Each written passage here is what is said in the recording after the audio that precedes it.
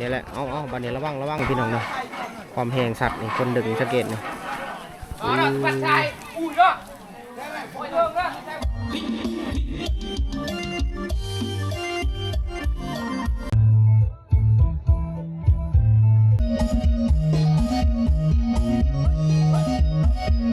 สิแล้วบ่ระหว่างผูกคอตองแขนใจบ่นั่งให้ถึงระเบียบผัดวันน้องนางงงออกแล้วว่าน้องนางงง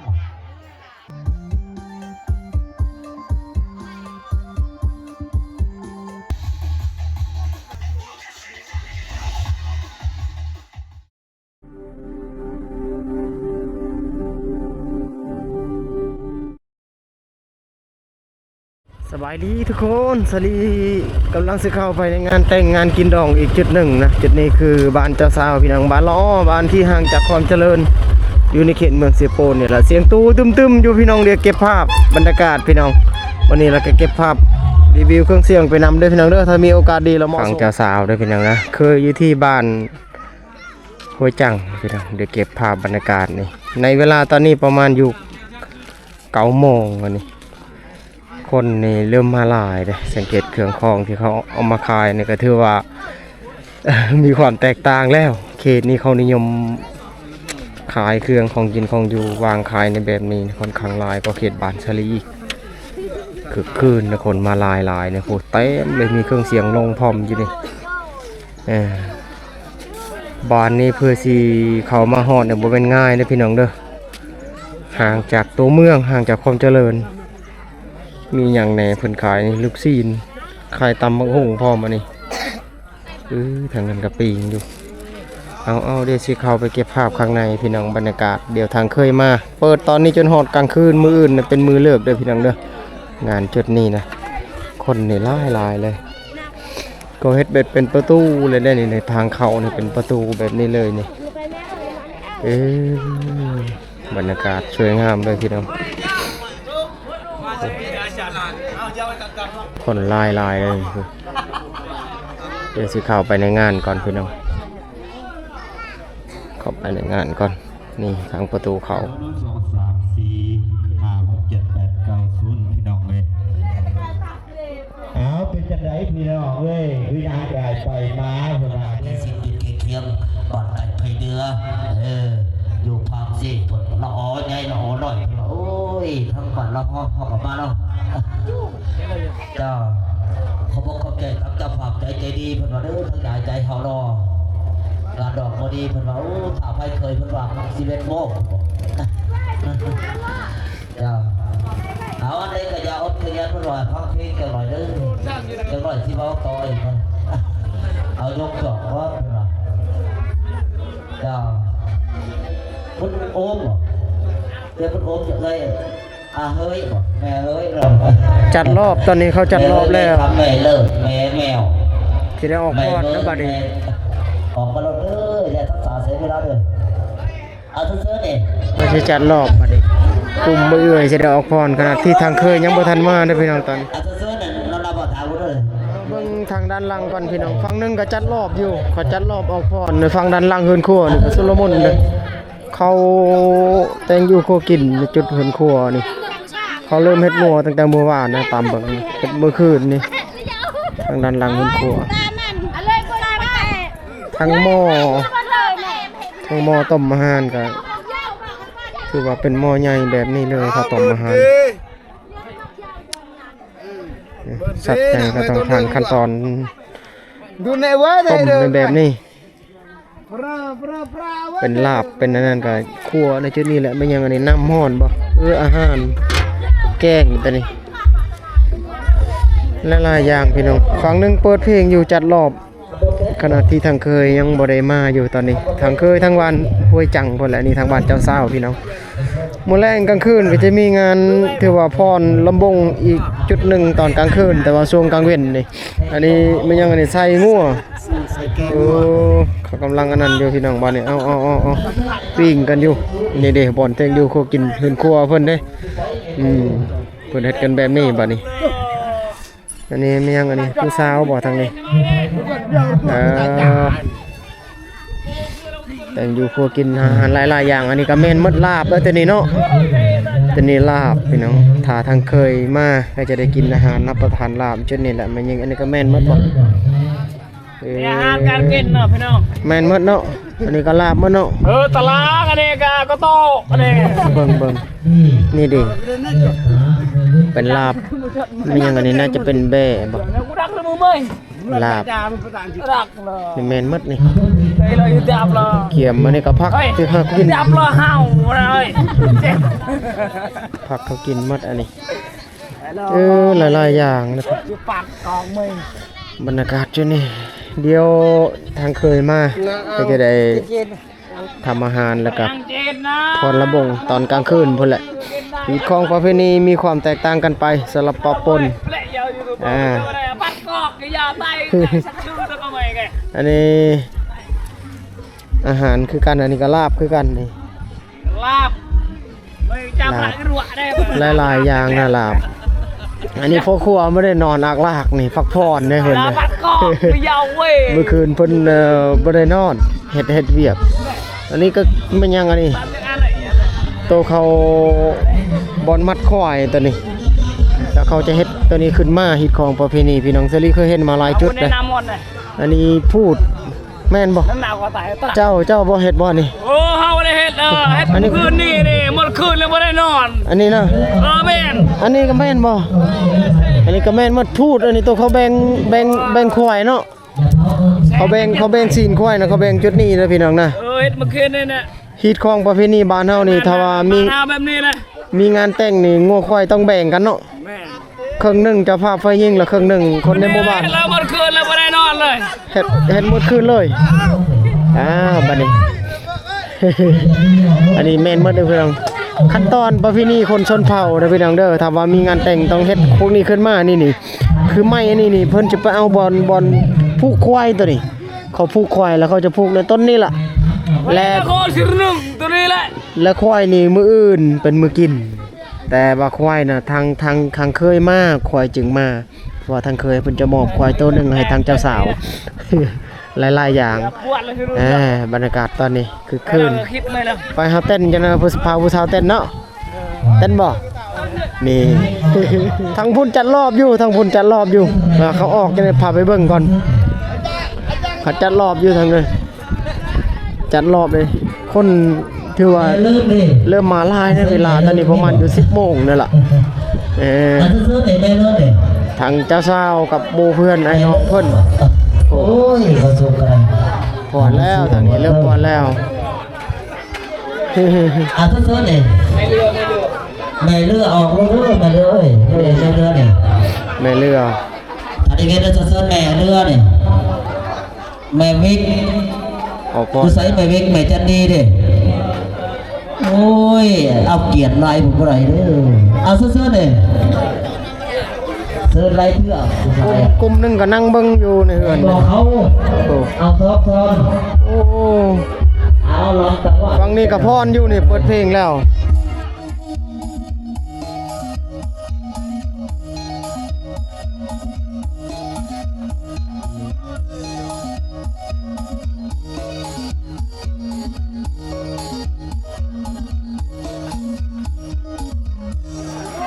พรไว้ท่าพี่น้องลิ้นไว้ท่าก็คือถ้าว่าเจะภาพฝ่ายซ้ายมาก็จะบวกกับคนฝ่ายยิงนี่ถือว่าลายเด้เดี๋ยวจะรีสิพามาเบิ่งทางขึ้นขวานี่เด้เบิ่งพังข้าวพรเบิ่งพังขึ้นขวานำอันนี้ปนจุดที่เขาแต่งอยู่โคกินโดยเฉพาะสัตว์ใหญ่ก็คืองัวและควายมืออื่นเขาก็จะเฮ็ดอาหารในจุดนี้เขาจะเอาผ้ามาอ้อมนี่ถ้วยหม้อนี่พวกหม้อให้บ่นี่บ่อนแต่งอยู่โคกินชนด้านหลังก็เป็นนั่นบ่อนเตาไฟสลีเข้าไปแล้วดิเมื่อกี้นี่บ่อนเตาไฟอันนี้กลุ่มพ่อครัวแม่ครัวที่เกี่ยมมัดเฮ็ดอาหารมื้อแลงอะไรพี่น้องหลายๆอย่างเลยแขกคนนี่เริ่มมาหลายแล้วตอนนี้ ออกมาบนรถมาเด้อ โกสุกพักกัน ซื้อ ออกพรบัดนี้แล้วคนในลายแล้วเด้อบัดนี้มาเบิ่งทางนอกก่อนในทางประตูทางนี้อันนี้น้องๆพากันไปเบิ่ง ยาวก็สาลายเด้ออยู่ใส่นอกทั้งเนี้ยเลยเขานี่ แม่นหมดนี่กลุ่มน้องๆพี่น้องคนหลายเลยงานดองเขตนี่เขานิยมมาลินมาพรมา มานั่งมาแถวนี้แหละพี่น้องนี่ ถ้า เต็ม ออก วัด แล้วเปิดเพลงไปเลยเพิ่นว่าเด้อ มาเบิ่งข้างนอกก่อนข้างนอกนี่เส้นทางถ้าว่ามาแต่นอกต้องผ่านเส้นทางนี่ถ้าเคยมาจนก็มาทางนี้ล่ะพร้อมกับงัวควายพร้อมทาง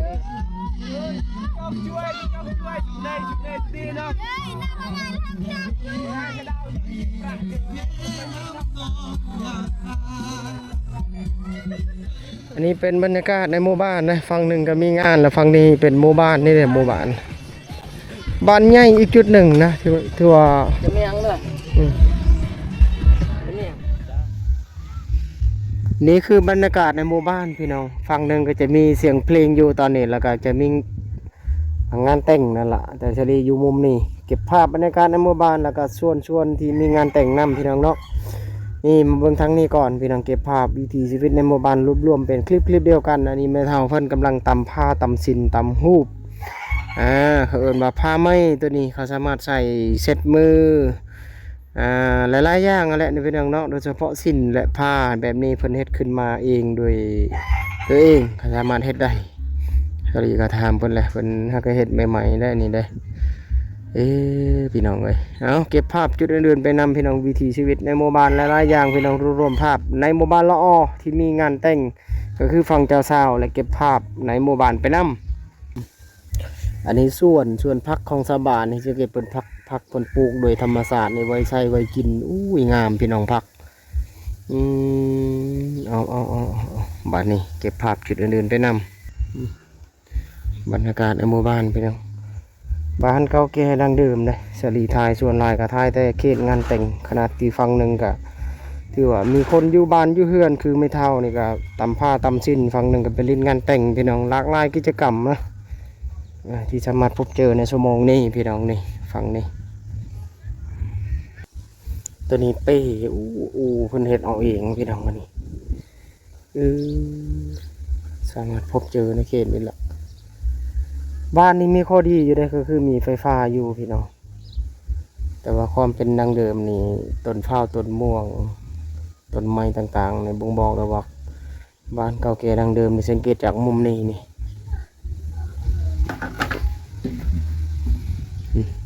ห่างจากจุดนี้ไปหาบอลงานแต่งนะจะอยู่ใน200เกือบ300 เมตรบอลที่เฉลี่ยอยู่ในตอนนี้นี่ทุกคนเนี่ยสวยงามตัวนี้ดอกเข็มพี่น้องดอกเข็มเขาจะเอาไปเห็ดไม้พ้อยไม้กวาดเอามาแต่ป่าเขามาตากแดดไว้ก่อนจะเอาไปผลิตต่างๆไปเห็ดขั้นตอนต่อไป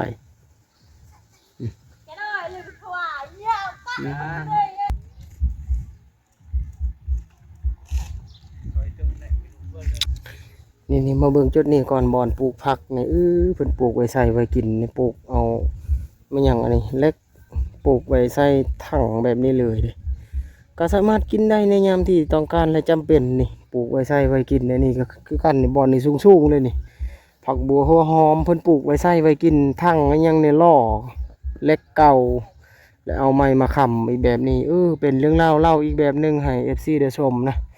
วิถีชีวิตในหมู่บ้านปลูกผักไว้ใส่ไว้กินขณะที่ฝั่งหนึ่งก็กินเหล้ากินเบียร์ถือว่างานแต่งฝั่งพุ่นนั่นล่ะพี่น้องสิริถึงนี่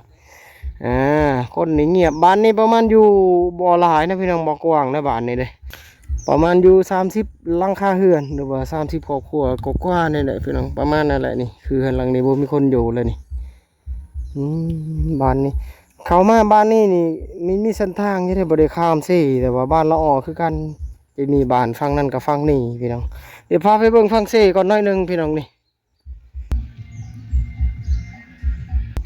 อวยกองฟังซี่ฟังนี่ละซี่สายซี่บางเหียงเดี๋ยวสิลงไปนะคลิปลังก็จะมีการส่งเจ้าสาวอยู่ในซี่นี่แหละแต่ว่าบ่แม่นทางนี้ขึ้นมาแต่ใส่มองหมานอยู่เนาะผูกป่าเราได้มองน้อยใส่ในนี่ก็ถือว่าได้กินอยู่เด้อซี่นี่น้ำยังคุ้นอยู่พี่น้องแต่ว่าเป็นช่วงเดือน3เดือน4จะเข้าเดือน5นี่ถือว่าเริ่มใส่แล้วนะพุ่นแหละหมู่บ้านที่สิริไทยในคลิปหลังมีการเอาเจ้าสาวข้ามไปฟังพุ่นบานพุ่นละบานละอออีกจุดหนึ่งบานใหญ่จุดนั้นจุดนี้ก็ถือว่าแม่น้ำเซ่ทางพุ่นก็เหือมีแต่เหือเด้ รืออลูมิเนียมชาวบ้านจอดไว้ใส่ไว้อันนั้นเขตนี่สังจรฟังพุ่นก็ใส่เรือแบบนี้ละบรรยากาศจุดที่เขาอาบน้ำนี่เดี๋ยวผู้สาวอยู่ทางนี้หลายคนได้นี่เลยสมีลงมากับหมู่เพื่อนชลีนะผู้สาวก็คือผู้สาวในหมู่บ้านกับผู้สาวแขกพร้อมผู้สาวแขกก็คือผู้สาวที่เดินทางมาแต่บ้านอื่นมาร่วมตัวมาอาบน้ำในจุดนี้น้ำเซ่เป็นวิถีชีวิตประจำวันเขามาอาบมาใส่ทุกมือในจุดนี้เลยนี่แมนมดนี่ผู้สาวมดนี่แล้วก็ทางนี้กับผู้สาวนี่มีน้องๆเอื้อยๆคนในหมู่บ้านนั่นแหละพี่น้องเนาะชาลีเก็บภาพถือว่าหลายขั้นตอนหลายส่วนในหมู่บ้านเรื่องราวในคลิปนี้ถือว่าเป็นคลิปเดียวกันพยายามรวมภาพกันแล้วกันพี่น้องอีกหนึ่งคลิปและบรรยากาศต่อเนื่องในหมู่บ้านขณะที่ฝั่งหนึ่งกับเกียมงานแต่งต่างๆขณะผู้สาวกับแต่งโต้ถือว่าล้างหน้าล้างตาพากันอาบน้ำเกียมลินงานดองหรือว่างานแต่งงานมื้อแลงไงพี่น้องเนาะนำที่เพิ่นอาบเพิ่นใส่ต่างๆในจุดนี้ละในหมู่บ้านนี่ก็แม่นหมดผู้สาวเชื่อไปแล้วเชื่อหน่อยเฮ้ยเรียบร้อยเนาะเฮ้ยอาบกันแล้วบัดนี้เรียบร้อยแล้วนี่หมูสลีกระโดดไปทางนี้เอาสลีกระโดดคือกันไปฮึกยาวนี่เด็กผู้สาวน้ำไม่ต้นเว้ยน้องสงแงดนี่ผู้สาวพี่น้องมาฮอดพี่แล้วก็บรรยากาศขึ้นมาในหมู่บ้านเป็นทางมุมนี่ก็ถือว่าสวยงามเลยสลีขึ้นมาแต่เซนี่ใจกลางหมู่บ้านอันนี้เตะมันก็ต่อกีฬาอยู่เนาะใกล้ๆกับเพื่อนที่มีเจ้าของเครื่องเสียงนี่แหละเพื่อนลังนี่แหละสีพานี่แหละกลุ่มนี้ก็เตะกิจกรรมยามแรงๆเวลาว่างตอนนี้ขณะที่ฟังหนึ่งมีเสียงเพลงเสียงตู้อยู่บรรยากาศในหมู่บ้านทั้งมีงัวควายพี่น้องก็ถือว่ายามแรงนี่เริ่มเอาสัตว์มาบ้านในบ้านที่ใดขณะที่ฟังหนึ่งก็เปิดเพลงกันอยู่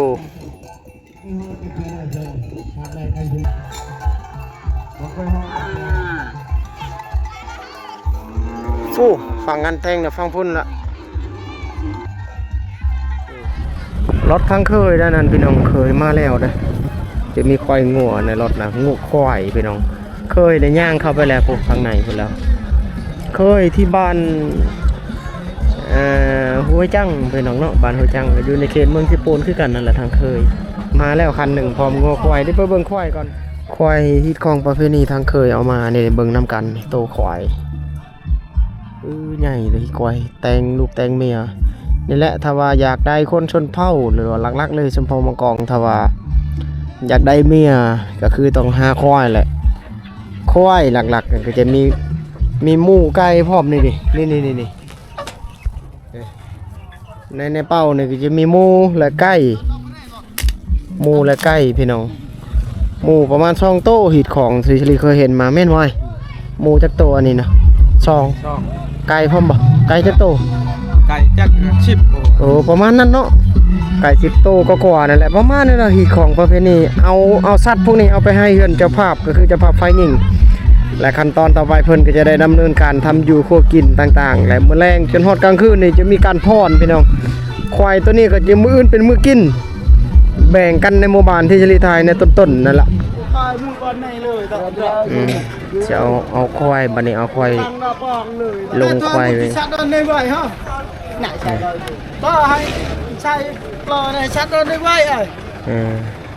ถอยควายนะสิเอาควายลงไปพุ่นแหละทางด้านหลังเหือนเจ้าภาพไฟยิงมืออื่นจะเป็นมือกินแต่ว่านี่ต้อง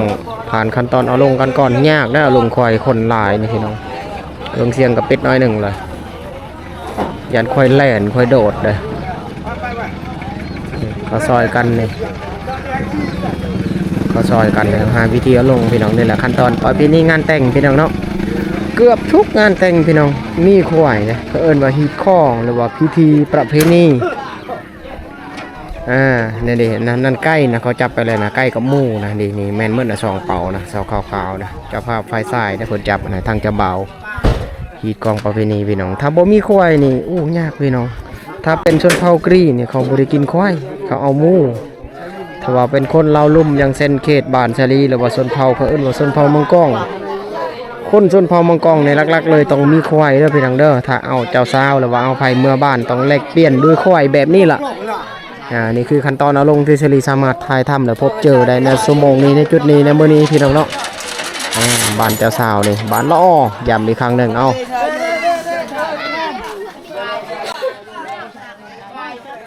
เบิ่งนำกันพี่น้องเขาดึงควายลงบัดนี้เอาเชลีก็ลีกได้ยานควายโดดได้พี่น้องความแห้งของควายก็คือสัตว์เนี่ยแตกต่างจากคนเฮาจากมนุษย์เฮาเด้มันอาจจะระแวงเพราะว่าคนหลายเด้พี่น้องของประเพณีจำเป็นเด้อพี่น้องเด้อนี่คือประเพณีทางฝั่งลาวถ้าว่าในเมืองก็อีกแบบหนึ่งนะบ่มีฮีตของประเพณีแบบนี้เลยพวกสัตว์ต่างๆนี่เขาจะกินเลี้ยงงานงั้นเขาเอิ้นว่าคนที่มาร่วมในงานหลายต้องได้รับประทานอาหารสัตว์ใหญ่แต่ว่าอันนี้คือจำเป็นนั่นล่ะพี่น้องจำเป็นเขาเอิ้นว่าจำเป็นกะแม่นพี่น้องจำเป็นพิธีของชาวบ้านต้องเอาสัตว์ใหญ่ตัวนี้เขาเอิ้นว่าจำพิธีต่างๆที่ทางเจ้าภาพฝ่ายหญิงต้องให้เจ้าบ่าวหาควายมาแบบนี้พี่น้องเนาะควายนี่ถ้าว่าคนบ่ลายนี่เอาบ่อยู่ได้พี่น้องโตซ้ำนี่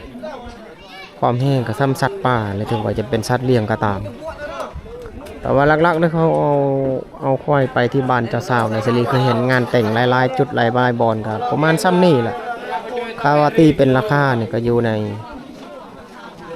7 ล้าน 8 ล้าน 5 6 7 ล้านนี่แหละพี่น้องเนาะเป็นเงินกีบพี่น้องทัดนี่ลงไปเลยนี่แหละเอาบัดนี้ระวังพี่น้องเนาะความแห้งสัตว์นี่คนดึงสังเกตนี่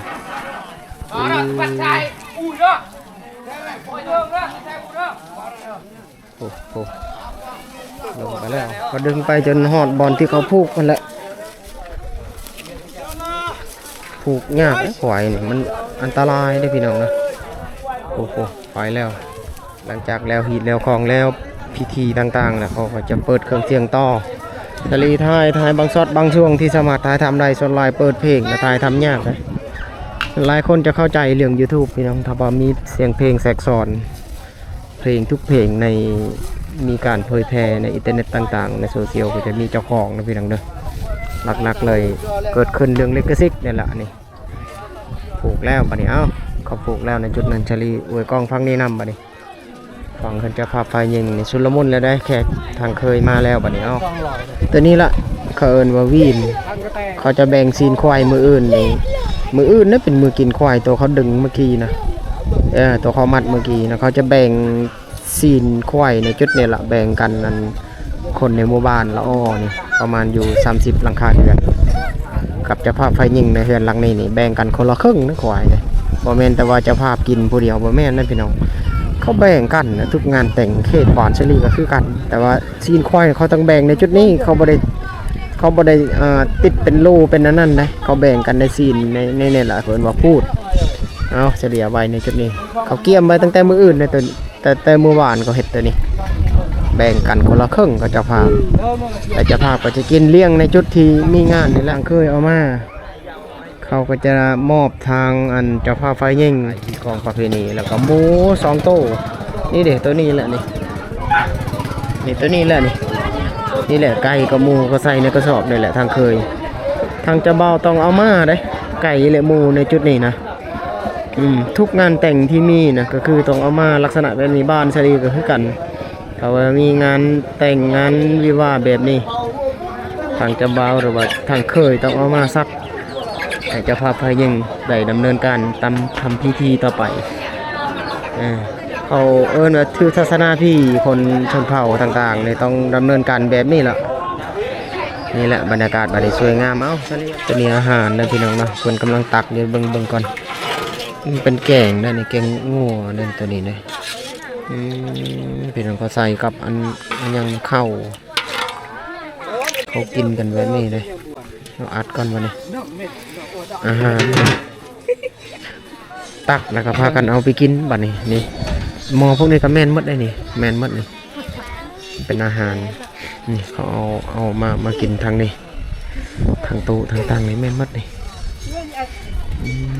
แต่งอยู่โคกินอันนี้บอลเคี่ยงเขาผักลาบสกินมีดพานี่หลายๆอย่างเลยพี่น้องบอลแต่งอยู่โคกินเนี่ยเพื่อสิเกิดขึ้นงานนี่บ่มันง่ายพี่น้องเพื่อเสียดันตัวนี้ลาบตัวนี้ ลาบข้าวแกงนะลาบงัวนี่แหละบอนอาหารพี่น้องอันนี้เพียได้ตัวนี้เพียงัวแล้วก็พวกนี้เป็นลาบเป็นแกงนะพวกในหม้อในอันนี้ชลีเมื่อกี้ชลีก็เปิดเลยเด้เปิดให้ FC ได้เห็นก็เปิดอีกเทื่อนึงนี่มันเป็นลาบเป็นนั่นนี่แม่นหมดอาหารส่วนทางนั้นกับอันนั้นอยู่นี่ก็ครัวอยู่นี่ชุลมุนนี่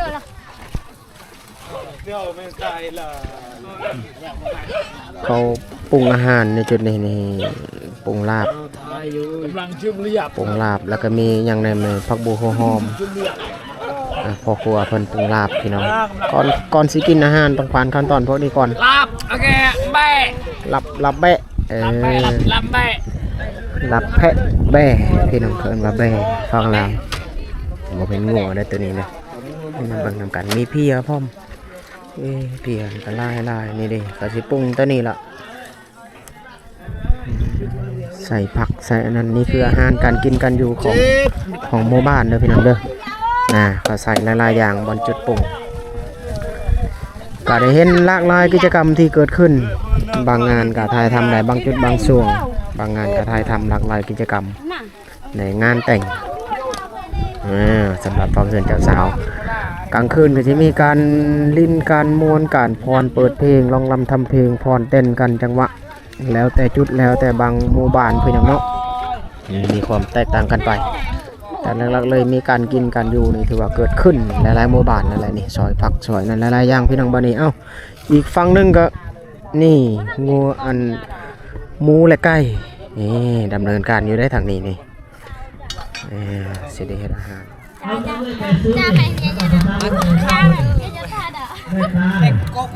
ผู้สาวเพิ่นกินข้าวตอนนี้จะโดยเลยวันนี้กินข้าวพี่น้องเพิ่นเดินทางแต่บ้านไกลได้นี่มาร่วมในงานนั่นแหละพี่น้องเพิ่นเจ้าภาพฝ่ายหญิงเจ้าสาวหมู่เจ้าสาวเขาเอาอาหารให้พวกเรากินก็คือให้ชลีกับหมู่ชลีกินที่กินลาบอันนี้ลาบงัวตัวนี้หลังจากที่เขาอบรมในเฮือนนะชลีบ่ได้ขึ้นไปถ่ายนะพี่น้องนะแล้วก็หมูกับไก่นี่ฮอดขั้นตอนเฮ็ดเขาเฮ็ดแล้วนี่เฮ็ดก็คือเฮ็ดอาหารพี่น้องเฮ็ดอาหารแล้วขั้นตอนต่อไปก็จะได้เอาหมูและไก่พวกนี้นี่เกินว่าไปจำพิธีในเฮือนเจ้าภาพภายสายพี่น้องเนาะสำหรับอาหารพวกนี้แม่นหมดเลยนะหมูไก่อันนี้จุดผู้สาวนะวางล้างถ้วยล้างหม้อส่วนแผนกผู้สาวก็ถือว่าลากกิจกรรมที่เกิดขึ้นพี่น้องที่สามารถถ่ายทำและเล่าได้ให้ FC ได้ชมนี่ฝั่งนี้ล้างถ้วยล้างหม้อก่อนสิเอาไปทำอาหารต่างๆตัวนี้หม้อต้มน้ำหอนสีลวกไก่และไก่ที่เขาเฮ็ดทำอาหารทำพิธีต่างๆทางเจ้าฟ้าไฟหนึ่ง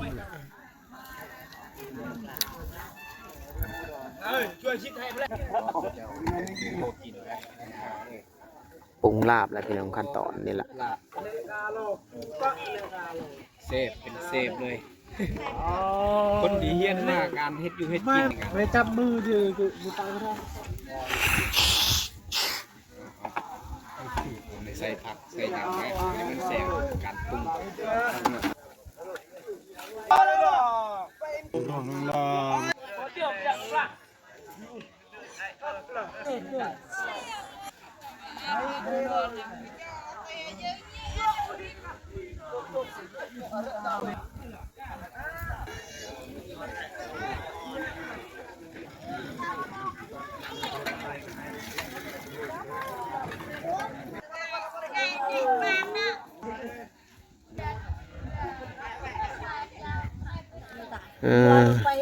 แต่งอยู่โคกินต้มไก่แล้วล่ะบัดนี้นี่เริ่มมานั่นแล้วเริ่มสุกแล้วบัดนี้ฉลาดที่ไปนู้นต้นแปะให้น้องไปนี่เนี่ย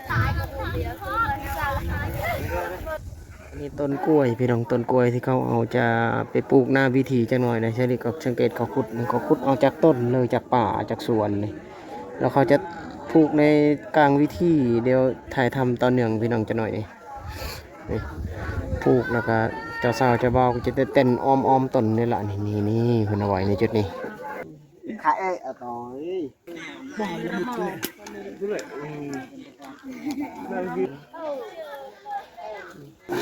เขาจะเอาไปปลูกแล้วนะอู้ไปแล้วพี่น้องนั่นอันนี้ก็แมนมดนี่โอ้แมนมดนะฮอดแล้วบัดนี้สถานที่เพิ่นปลูกหน้าเวิธีเพิ่นเห็นหลายต่อหลายหมู่บ้านนะยามพรทำบงกับโปะเต้นแบบอ้อม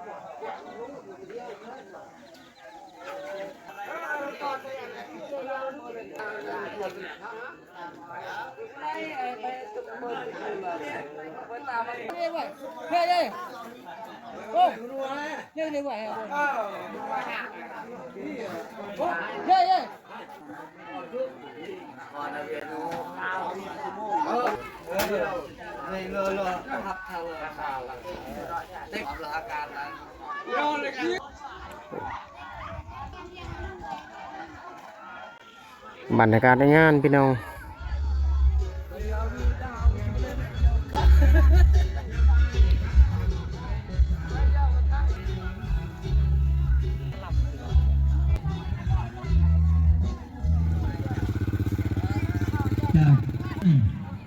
ไปสอบเพลงออกเนี่ยเมื่อกี้นี้รู้ไซส์หน่อยแม่กระดองใหญ่ล้มแม่ม้วนสายนี่ถ้าไฟยิงหน่อยทุกทานอะไรอะไรติดธุระแล้วก็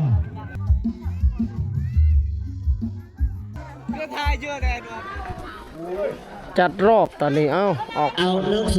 3 4เอาถ้าฐานสีเด้อยู่ใส่ฐานสีเด้เจ้าฐานบัวไหลเอาซะฐานบัวไหลยังอยู่ว่าฐานบัวไหลล่ะ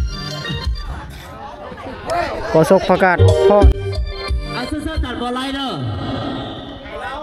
โอ้ยฐานบัวไหลไปใส่เดินยางไปหาเมียบ่ ออกพรบัดนี้นี่กสกประกาศแล้ว เอายังเหลือดิ5-6อย่าเอ่ยด้วยกันเลยติดตามมาได้ทันโอร้อนเนี่ยเอาภาษาสเปนทันโอร้อนมาจากสิงห์ในบ้านล้วนภาษาเดิมไม่เอาเฮ้ยยายผู้ชมเอ้ยเจ้าน้อยเขาโซ่สิออกชุดไทยเจ้าให้พวกเราออกก่อนเพื่อนละนับก่อน1 2 3 4 5 6 7ครบเอาตัวยาวต่อเลยเขาโซ่สิออกไปเลยเพื่อนละเอาซ้อมให้สอนเพื่อนละเด้อ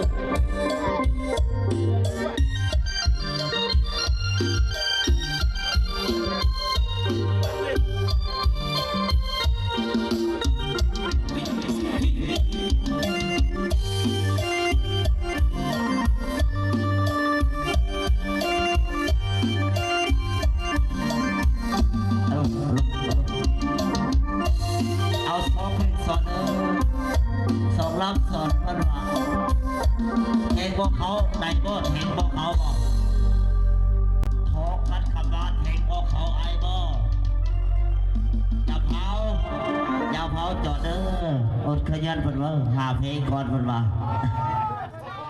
เอาพักให้ยังอย่าเผาเขาเด้อหาเพลงก่อน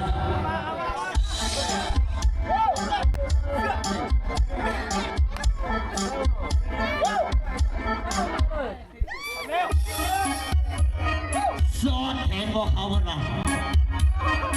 ดิ้นแขนพูดเพิ่นว่าขอบใจแล้วนะเด้อ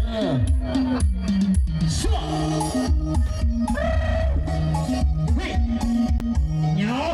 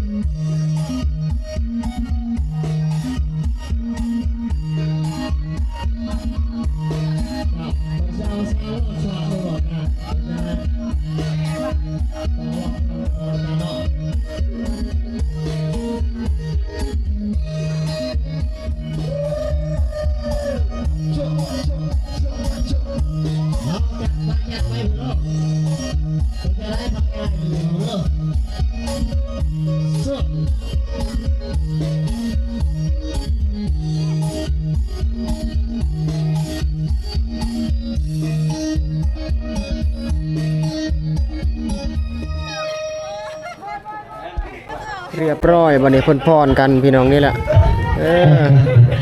ในเวลานี่ถือว่ายังบ่ได้ค่ำนะแต่ว่าเพิ่นยังลิ้นอีก ยอมเลยบ่ อันนี้เพิ่นสิเอาไปตกแต่งหน้าวิธีมักบงแม่นหมดนั่นนี่ สวัสดีออกไปได้แล้ว กลับมาฟังเพิ่นครัวพี่น้องอันนี้หมูไก่นั่นแหละข้าวต้มนี่สุกแล้วนี่คุณผู้ชมเป็นยังไงหมูบ่ ห่อนเลยเอาน้ำมัน อ๋อฮ้อนนี่ตัวนี้เจ้าสาวสิพายอันนี้หมูบ่นี่หมูเจ้าสาวหมดเนาะอันนี้นี่เจ้าสาวสิพายมื้ออื่นเด้ส่งเจ้าสาว FC บางท่านในคอมเมนต์มาเด้อพี่น้องพายเคยเห็นนะนี่ฟังลาวเอิ้นว่ามาน้ำเต้าแต่ว่าเมื่อก่อนนะเขาจะใส่น้ำแล้วมันจะมีหูทางใส่ทางนี้น้องเพิ่นขึ้นมาแต่บอนล่างเพิ่นมาไปล้างอยู่เซ่เด้มื้ออื่นเจ้าสาวไปที่บ้านเจ้าบ่าวน่ะต้องถือตัวนี้เขาพายในโตเล่นในโจแบบน่ะแน่ในโจให้มันเอาไปเพิ่นเมื่อแล้วบัดนี้น้องเพิ่นมาแต่ล่างอันนี้มังน้ำเต้านี่คนที่ถือนี่ก็คือเจ้าสาวมื้ออื่นนะพี่น้องจะรีเจอผู้สาวตกแต่งหน้าพิธี ผู้ใส่เนี่ยเอ้ยนี่ก็ได้เอาจะใส่แม่กันนะมั้ง ตกแต่งหน้าพิธี ผู้ที่สามแม่ลบผู้ที่สี่แม่มวนมาจากไฟเคยเนี่ยเซอร์โรเดอร์ ตะลีบัดนี้เขามาขายเครื่องนี่อีตอกอีเต้นแมนหมดนี่เริ่มมาแล้วเด้ช่วงค่ำน่าจะมีลายกว่านี้แต่ว่าตอนนี้นี่ยังบ่ลายพี่น้องนี่ เอาไปจะได้ธนาคาร เครือมอนพระห่มไข่ลูกไข่ไก่นี่ลายอย่างนะขายนี่ ผ่านลาน ตะลีไข่ไก่หน่วยไว้เลยน้ำหน่วย7,000ซะ ตู้อย่าง เต้าตัวบ่ไหนวันนี้หน่วย7,000เด้ น้อยจะผ่านซ้ หน่วย7,000กีบอ้าว ตะเบินเลย บาทนี้พี่น้องในกล่องนั้นก็เป็นลูกซีนฮอนดอกหลายๆอย่างนะเพิ่นมาขายนี่ลูกซีนอันนี้แจ้วนี่เป็นผสมแป้วอันนี้ตีนไก่อันนี้เนาะตีนไก่อันนี้เต้าถ่านนี่สีปิ้งซีนอยู่ในนี่ล่ะบัดนี้ไข่ไก่ฮอนดอกต่างๆบรรยากาศน่ะคือคืนชนหมู่บ้านน่ะกว้างไปพุ่นพี่น้อง30หลังคาเรือนสำหรับหมู่บ้านนี่โอ้หมู่บ้านกว้างไปพุ่นอันนี้ก็ตลาดตะลีเพิ่นมาแต่บ้านอื่นมาขายได้นี่นะในงานกับทางพุ่นประกาศอยู่ทางพุ่นกันงานดอกนี่ทั้งเครือทั้งม่อนเลยนี่โอ้โหเพิ่นเอามาแต่ใส่นี่มาตั้งไว้อยู่นี่สิเอาให้เจ้าสาวแล้วนี่เกี่ยมไว้ได้นี่แม่นหมดเลยแม่นหมดนี่ทางพุ่นก็ประกาศอยู่ทางพุ่นประกาศอยู่ฝั่งนี้ก็คายจามคายปีอยู่ชลมุนบัดนี้พี่น้องเอ้า เพื่อนเพลงค้าตั้งที่นี่เขาอย่างน้อยที่เกี่ยวเสียยาผลว่าโอ้ยขอส่งเราอะไรไปหลายๆเอาไว้จะได้เจ้าสาวจะบ้าเขานี่ถ้าเขาเป็นรับเลี้ยงสำเร็จสิทธิ์แล้วบ่หรือว่าผูกคอตอแขนแล้วจังไรรอ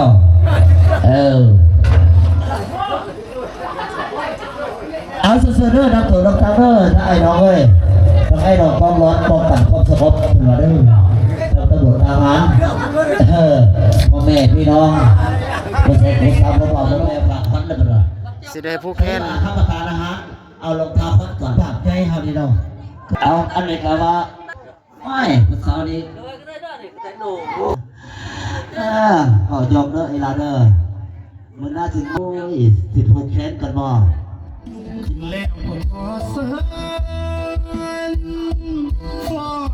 อ้นักขวาเป็นว่าเด้อเข้าใจบ่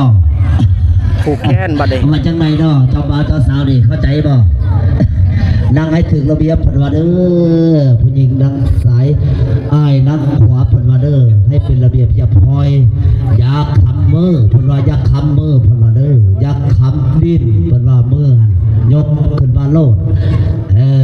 เอาเสิร์ชทางสองคำสองไฟทางตลอดสองสันทานิเสิร์ชเป็นว่าเด้อ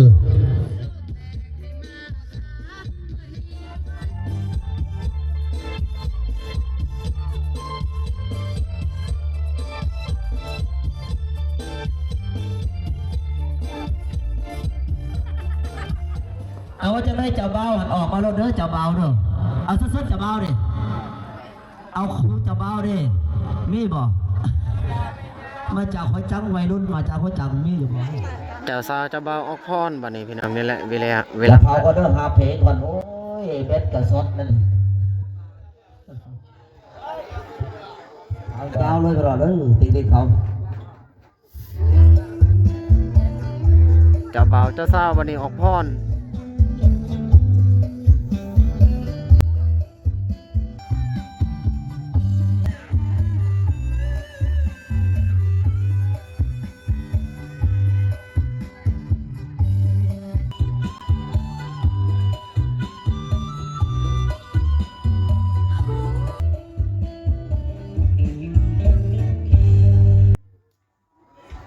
เอา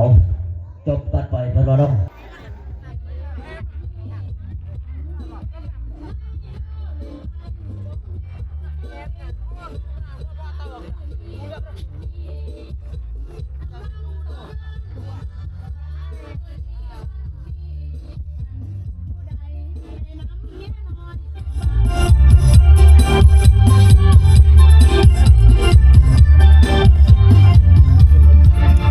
บรรยากาศกลางคืนพี่น้องบัดนี้โอ้ยขายหลายอย่างนี่ก็เริ่มมานั่นเลยนี่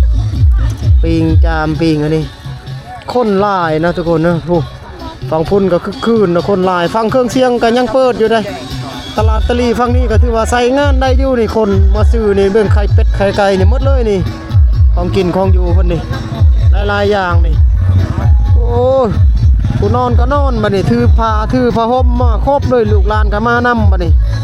นี่ผู้สาวอยู่แถวป่าแถวนี้แม่นหมดนี่คนเขามักลิ้นงานแบบนี้เด้อพี่น้องแถวป่าแถวนี้ส่วนแคมป์ทางก็แบบนี้ล่ะ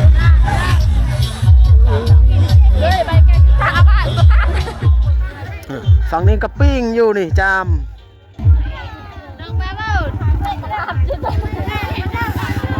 ตลาดตอนกลางคืนนี่แหละพี่น้องโอ้ยคือคืนนะคนหลายในเขตนี้คันมีงานแต่งนี่คนหลาย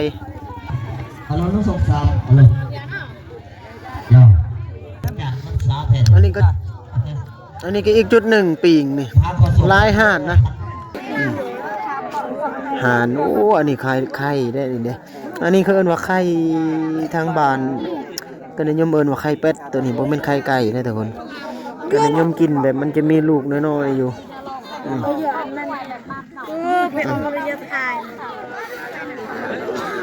ฝั่งนี้ก็ปิ้งไฟอากาศหนาวนี่โอ้ยพอเฒ่าเพิ่นเอาเสื้อทานอารมณ์ดิพร้อมด้วยภรรยาคือกันก่อนเอาลูกไปเองสบายก่อนเอาเสื้อดิเอาเสื้ออย่าซักๆสิเวลาเสื้อแล้วเด้อคันเจ้าภาพบ่ตลาดตะลีอันนี้ขายบ่อนันรถเด้เพิ่นเอารถใหญ่มาวางขายแบบนี้เลยนี่น้องๆก็ซื้อกันอยู่เอาเสื้อออกมาโลด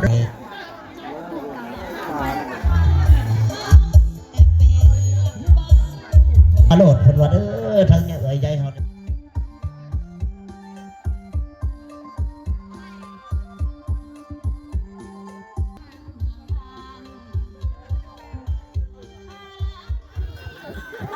เอาเสื้อเด้อขาหม้อนี่ขาหม้อใหญ่เหลือบ่ปืนพลังเลย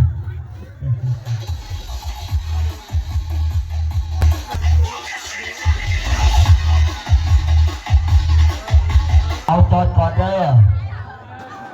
อย่าเผาเต็นท์มายังใครบ่น้องนางงงออกแล้วว่าน้องนางงงเมื่อได้บ่เอ้าเมื่อเห็นหลังงานน้องอยู่ในวันเมื่อเอาคันเมื่อได้ยาบ่ล่ะเด้อน้องสาวสูดออกแล้วว่าน้องสาวครบเลยบ่เอาคันครบเลยเสื้อๆในวัยรุ่นนี่ไอ้นุ่ม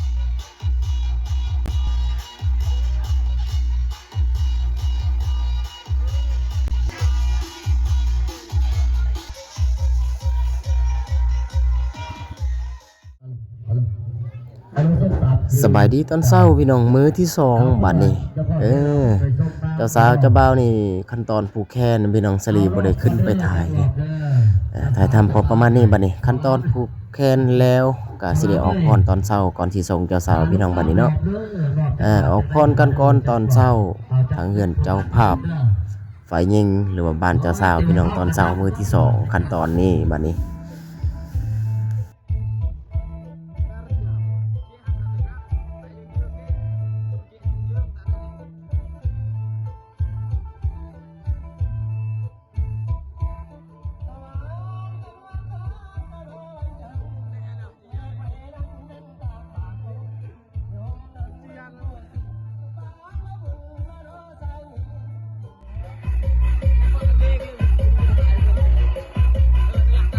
คลิปนี้สลีถ่ายทำถือว่า